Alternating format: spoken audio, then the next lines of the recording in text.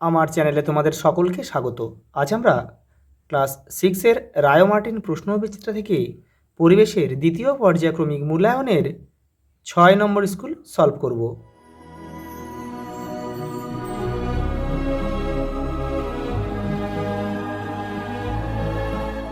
প্রথম প্রশ্ন দেখো, প্রদত্ত কোনটি মার্বেল পাথরের উদাহরণ? মার্বেল পাথর এক ধরনের পরিবর্তিত শিলা বা রূপান্তরিত শিলা। চুনা পাথর পরিবর্তিত হয়ে মার্বেল পাথরে রূপ নেয়। কোনটি জীবাশ্ম জ্বালানি নয়? দেখো, খড়। গ্রানাইটের পরিবর্তনে তৈরি হয় নিস। তামা ও টিন মিশিয়ে তৈরি সংকর ধাতুটি হলো ব্রোঞ্জ। এসআই পদ্ধতি তৈরি হয় 1960 সালে। পরের প্রশ্ন দেখো, বিঘতকে কিসের একক হিসেবে ব্যবহার করা হতো? দৈর্ঘ্য। পরেরটা দেখো, যে বস্তু সময়ের সঙ্গে স্থান পরিবর্তন করে না তাকে বলে স্থির বস্তু। কোনো বস্তু কাজ করার সামর্থ্যকে আমরা কি বলি? শক্তি। একই বল প্রযুক্ত হলে বলের প্রয়োগ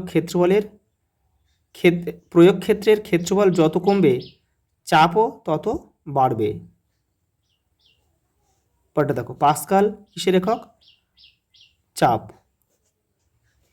শরীরে কোথাও কেটে গেলে রক্ত জমাট বাঁধতে সাহায্য করে অনুচক্রিকা। মানুষের হৃৎপিণ্ডের সবচেয়ে বড় প্রকোষ্ঠ হলো বাম নিলয়। পরেরটা দেখো, এলপিজির পুরো কথাটি কি? লিকুইফাইড পেট্রোলিয়াম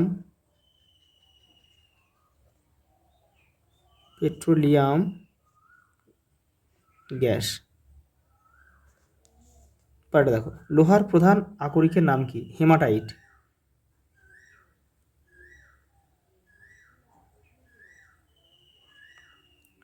পরেরটা দেখো, মৌলিক বা প্রাথমিক রাশি কি?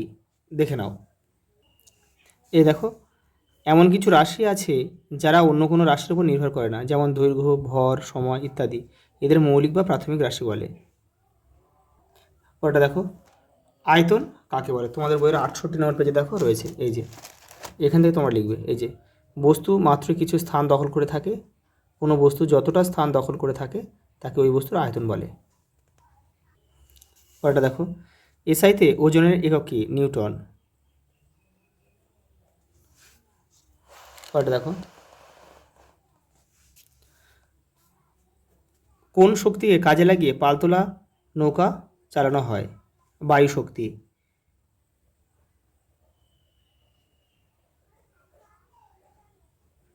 পরেরটা দেখো, 1 কিলো পাস্কাল সমান কত পাস্কাল? 1000।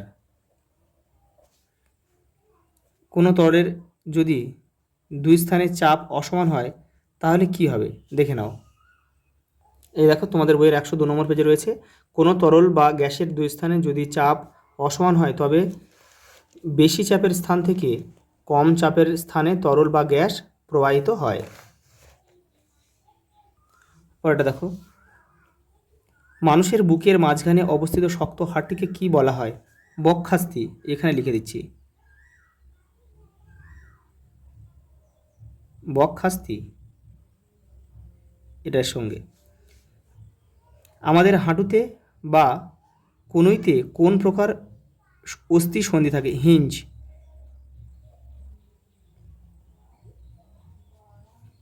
পরেরটা দেখো,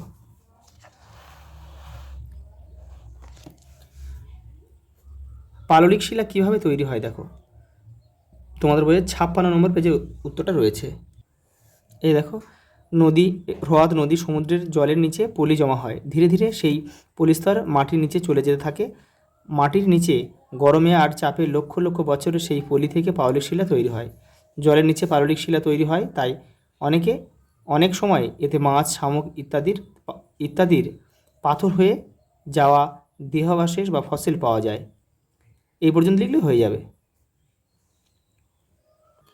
আর উদাহরণ তোমরা কিন্তু দিয়ে দেবে কটা, দেখো বেলে পাথর, সেল, চুনা পাথর। পরেরটা দেখো, কোনো ধাতুর আকরিক বা ওর বলতে কী বোঝায়? দেখো তোমাদের বই 57 নম্বর পেজে রয়েছে। দেখো এই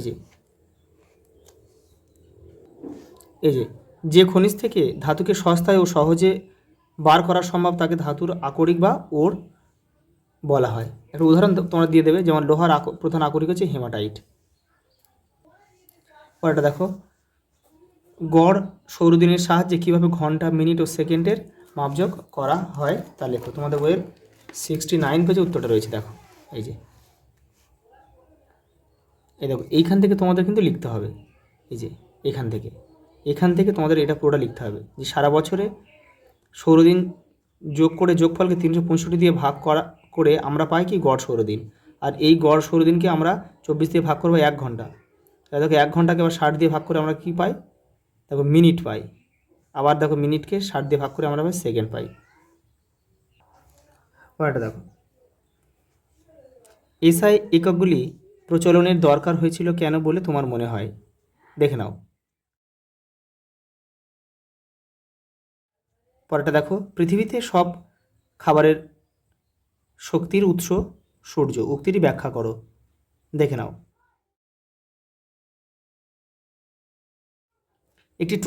পরেরটা দেখো, একটি ট্রফিক লেভেল থেকে অন্য ট্রফিক লেভেলে শক্তির স্থানান্তরের সময় শক্তির অপচয় হয় কেন? তোমাদের বইয়ের 95 নম্বর পেজে রয়েছে। দেখে নাও। এই দেখো, এক পুষ্টি স্তর থেকে পরবর্তী পুষ্টি স্তরে খাদ্য হিসেবে ব্যবহৃত হওয়ার সময় শক্তির একটা অংশ নানান শারীরবৃত্তীয় কাজে খরচ হয়। শক্তির এই অংশটুকু আবার পরের পুষ্টি স্তরে পৌঁছাতে পারে না। এখান থেকে এটাও তোমার সঙ্গে জুড়ে দেবে। পরের প্রশ্ন দেখো, বিছানার উপরে টান টান করে পাতা চাদর এক টানে তুলে ফেলা যায় না, চাদরের কিছুটা অংশ বিছানার সঙ্গে লেগে থাকতে চায়, এর কারণ কি? দেখো এটা তোমাদের বইয়ের 103 নম্বর পেজে রয়েছে। এটা কিন্তু বার্নৌলি নীতি জন্য হয়। এই যে দেখো, এটা এখান থেকে তোমরা এই পর্যন্ত লিখবে। পরে দেখো, নদীর বাঁধের তলদেশ চওড়া হয় কেন? দেখে নাও। পরের প্রশ্ন দেখো, ধমনী ও শিরা কাকে বলে? দেখো রায়ন মার্টিন 247 নম্বর পেজে রয়েছে। এই দেখো শিরা কাকে বলে, এই যে এখান থেকে তোমরা এটা লিখবে।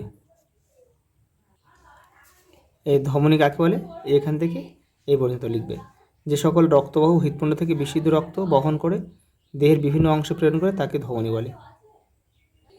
দেখো পরেরটা দেখো, দ্বিপত্র কপাটিকা কোথায় থাকে? বাম অলিন্দ ও বাম নিলয়ের মাঝে থাকে। পরেরটা দেখো, মানুষের ফুসফুসের রং কেমন? কালচে গোলাপি।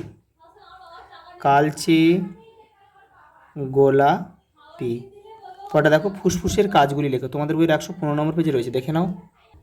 এই যে এখান থেকে তোমরা লিখবে। এ দেখো, বাইরে থেকে বাতাস শরীরের ভিতর টেনে নেওয়া, সেই টেনে নেওয়া বাতাস থেকে অক্সিজেনকে রক্তে পৌঁছে দেওয়া, আর শরীরে তৈরি হওয়া কার্বন ডাইঅক্সাইডকে রক্ত থেকে টেনে নিয়ে বাতাসের সঙ্গে শরীর থেকে বের করে দেওয়া। এটাই হচ্ছে ফুসফুসের কাজ। আজ এই পর্যন্ত, দেখা হবে পরের ভিডিওতে।